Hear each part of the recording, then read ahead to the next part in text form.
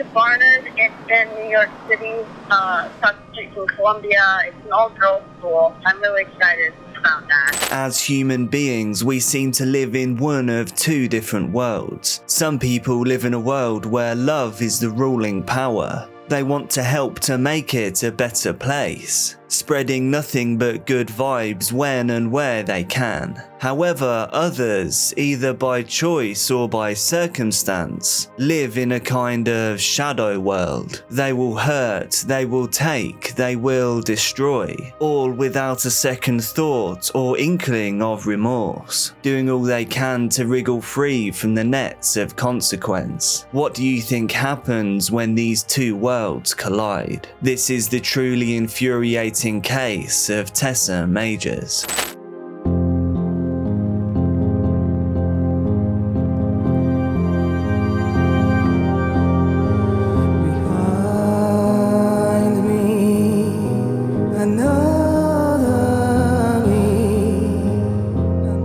Viewer discretion is advised for this educational documentary.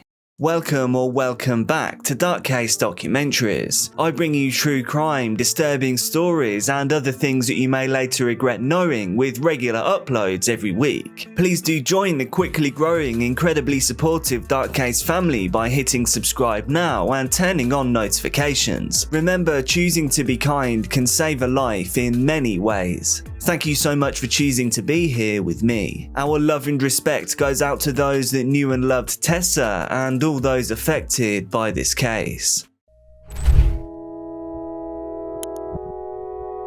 Located in Manhattan, New York, Barnard College is every bit as prestigious as Columbia University, its next-door neighbour. The all-female college has educated some high-profile names over the years. These include Joan Rivers, Martha Stewart, and Cynthia Nixon. But arguably the most important name to ever grace its halls is Tessa Majors. Tessa Rain Majors was born May the 11th, 2001, hailing from Charlottesville, Virginia. Her father, Inman Majors, described her as loving many things, but mostly she loved people. He went on to explain, Tessa expected everyone to just get along. And it was true. What made Tessa Majors so remarkable was her loving, caring personality. But her accomplishments during her 18 years were every bit as noteworthy. During high school, Tessa had been part of the cross-country squad at St. Anne's Belfield High School. She was the head of the creative writing club at the school, and she found time to volunteer for political campaigns and at the local animal shelter. She was, as one friend put it, super smart. At 15, she read From Beirut to Jerusalem for her own satisfaction on a family vacation, and she found a hobby in cataloguing all the indigenous types of wildflowers in Virginia. This is just incredibly wholesome stuff. During the spring of 2019, Tessa had interned at the Augusta Free Press newspaper.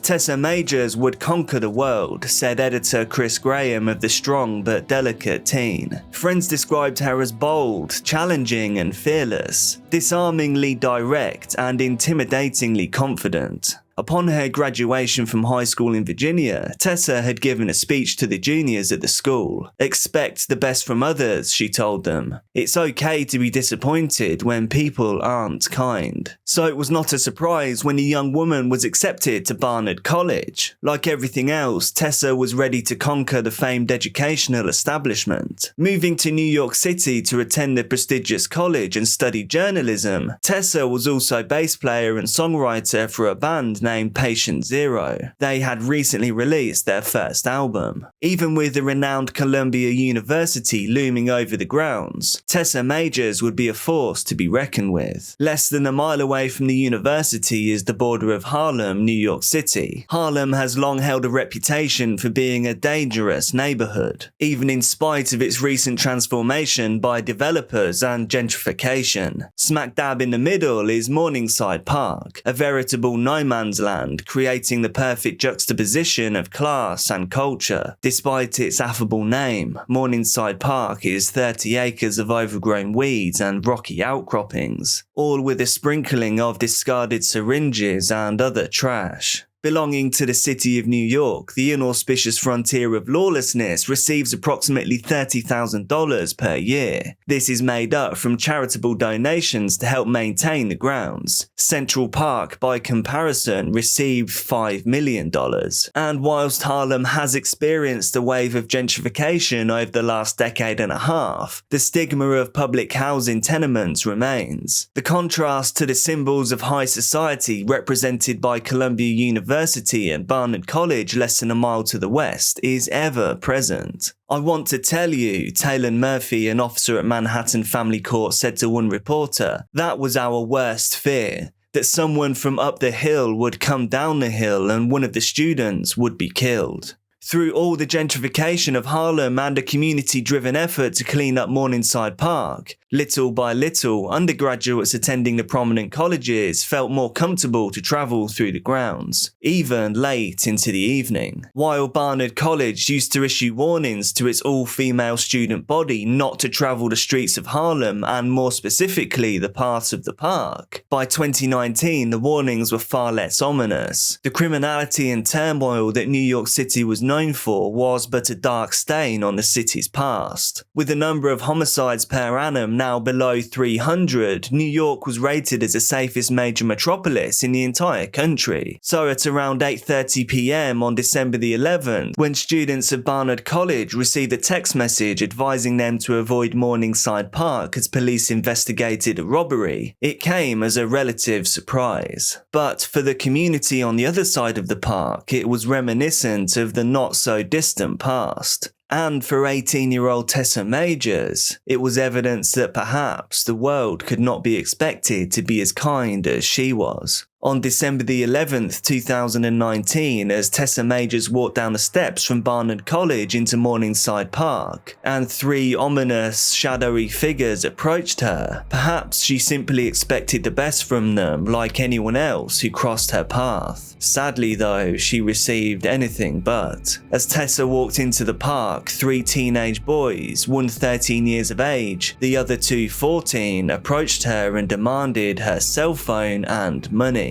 Tessa refused. One of the older boys restrained her while the others struggled to take her belongings. "Help me, I'm being robbed," Tessa screamed. And ever the fighter, she bit one of the teen's fingers as hard as she could, hard enough to draw blood. Within seconds, the boy had produced a sharp implement and plunged it into Tessa's chest repeatedly. The struggle ended as feathers burst from the punctures in her down jacket. The two oldest boys rifled through her pockets and then ran off, hoping to evade the consequences of their actions. As her attackers bolted from the scene, Tessa struggled to climb the steps that are carved into the hill. The stairway was constructed in several tiers, but at that moment it must have seemed mountainous to the scared and injured Tessa. She did, however, fight her way to the top, leaving a trail of vital fluids running down the steps behind her. It was there that a Columbia University public safety officer saw her collapse onto the pavement. The guard hurried over to Tessa and called 911.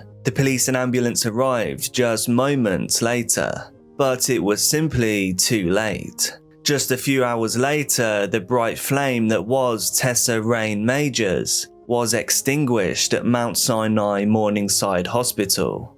Just after nightfall, 18-year-old Tessa Majors staggered up these park stairs, fighting for her life, police say, after she was robbed and repeatedly stabbed, her wounds fatal. This is a despicable crime. Tonight, New York's mayor vowing to find her killers. There's a high level of confidence that these perpetrators will be arrested and will be prosecuted. In a statement, Majors' family called her a light that shined brightly, adding, "Our hearts will never be the same." Barnard's president saying this is an unthinkable tragedy that's shaken us to our core. To realize, dear God, that could have been literally any of us. At the park, just blocks from campus, that police say has one of the highest number of robberies in the city, students are horrified. I know in the evening we should not enter the park. Sean Bai lives right across the street from the park. I think this is a huge wake-up call for all of us. The next day, December the 12th, 2019, police in the area made note of a person who was wearing clothes that matched the description given to investigators of one of Tessa Majors' attackers. Under the pretense of trespassing, 13-year-old Zaire Davis was taken into custody. With Davis' legal guardian present, detectives interrogated the boy. Little by little, the boy slowly admitted to police what had happened the night before in Morningside Park. Davis and two friends, Luciano Lewis and Rashawn Weaver, both a year older than him, had gone to the park after dinner. It was true, their intentions were to rob people. After several people passed by, along came Tessa Majors, small and innocent in appearance. An easy target, thought the boys. Though they had planned to commit the robbery, the knife had not been part of the plan, Davis told the detectives.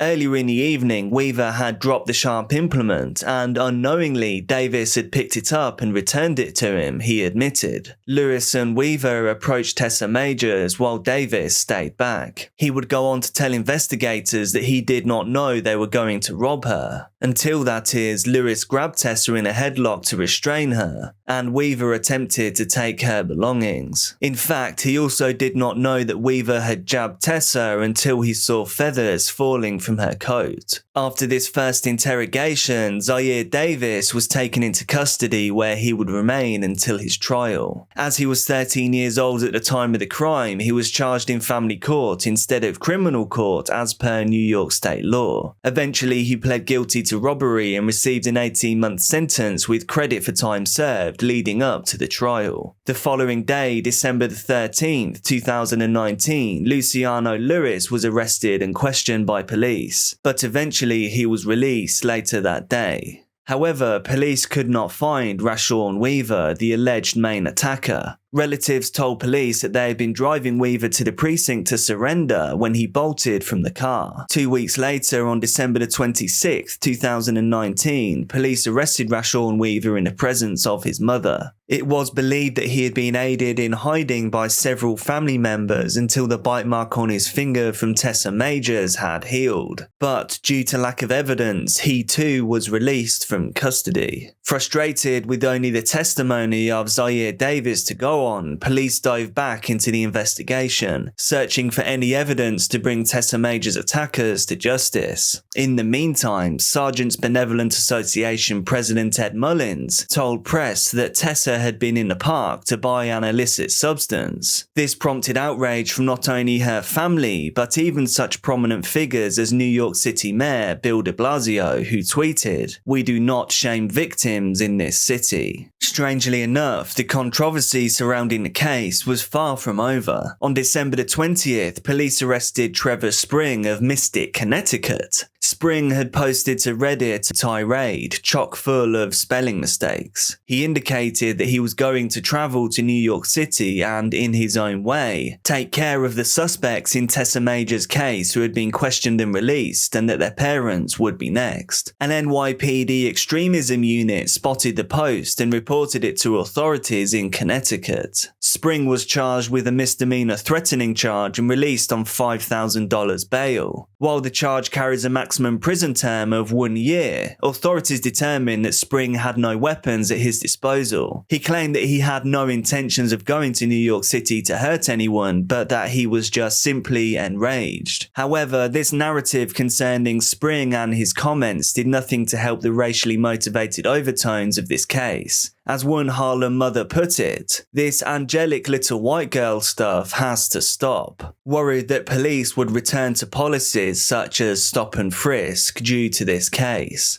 Then, in January 2020, investigators announced that they felt they had sufficient evidence to take the case against Rashawn Weaver and Luciano Lewis before a grand jury. On Valentine's Day 2020, a grand jury indicted both Rashawn Weaver and Luciano Lewis on charges of second-degree murder and first-degree robbery. Prosecutors played surveillance footage from the park, as well as footage showing Rashawn Weaver wearing the same jacket in another robbery just nights before. The same jacket he was described as wearing during the ending of Tessa Majors. They also played an audio recording of a recorded phone conversation that Weaver had with his father, who was incarcerated. During the call, the boy admitted to his father that he had jabbed Tessa Majors because she bit him. But perhaps most importantly, investigators found DNA matching that of Rashawn Weaver beneath Tessa's fingernails. According to police, this indicated that she had fought like hell. Both of the boys were arraigned on February the 19th, 2020 and taken into custody to await trial. On September the 21st, 2021, Luciano Lewis pled guilty to charges of second-degree murder and first-degree robbery. He agreed to testify against Rashawn Weaver even though he was not guaranteed any leniency during sentencing. For his part in the untimely demise of Tessa Majors, Lewis received a sentence of life in prison with the possibility of parole after 9 years. Months later, on December the 16th, 2021, 2 full years after he took the life of Tessa Majors, Rashawn Weaver pled guilty to second-degree murder and first-degree robbery. He admitted to the court that he had intentionally caused the end of Tessa Majors by jabbing her with a sharp implement. He did this because she had bitten him during the robbery. He also told the court that he would never be back in court again, and that he was sorry for causing the death of Tessa Majors, who deserved to have a long life. However, prosecutors noted that court officials refused to remove Weaver's handcuffs during the hearing because he had been charged in another case for attacking another inmate whilst in detention, and that he had also been responsible for attacking staff at a detention centre on 11 separate occasions. Weaver was sentenced to life in prison with the possibility of parole after 14 years. The sentence was significantly less than the 21 years to life maximum the charges carry. This was due to Weaver pleading guilty in court. Do you think the punishments fit the crime here? What do you think could be done to avoid something like this happening in the future? Let me know down in the comments. Please do hit like if you appreciate what I'm doing here. Thank you to everyone in the Dark Case crew. You too can become a channel member for just 99 pence. A huge thank you to my patrons. Your support makes a massive difference. You too can support my work and be thanked in every video for just $5 per month. So a big thank you to Rachel David, Kathy Green, David James, Adi Alexander, Karen Jones, El Palmieri, James Harrington, Shane Woodward, Faster River, Stacey Krogerus, Summer Chambers, Mona Corona, Cepheid Variable, Anthony Watson, Jason Coward, Guardian Paler, Jeremy Sebranek, and Darlene. Be careful out there and I'll see you soon.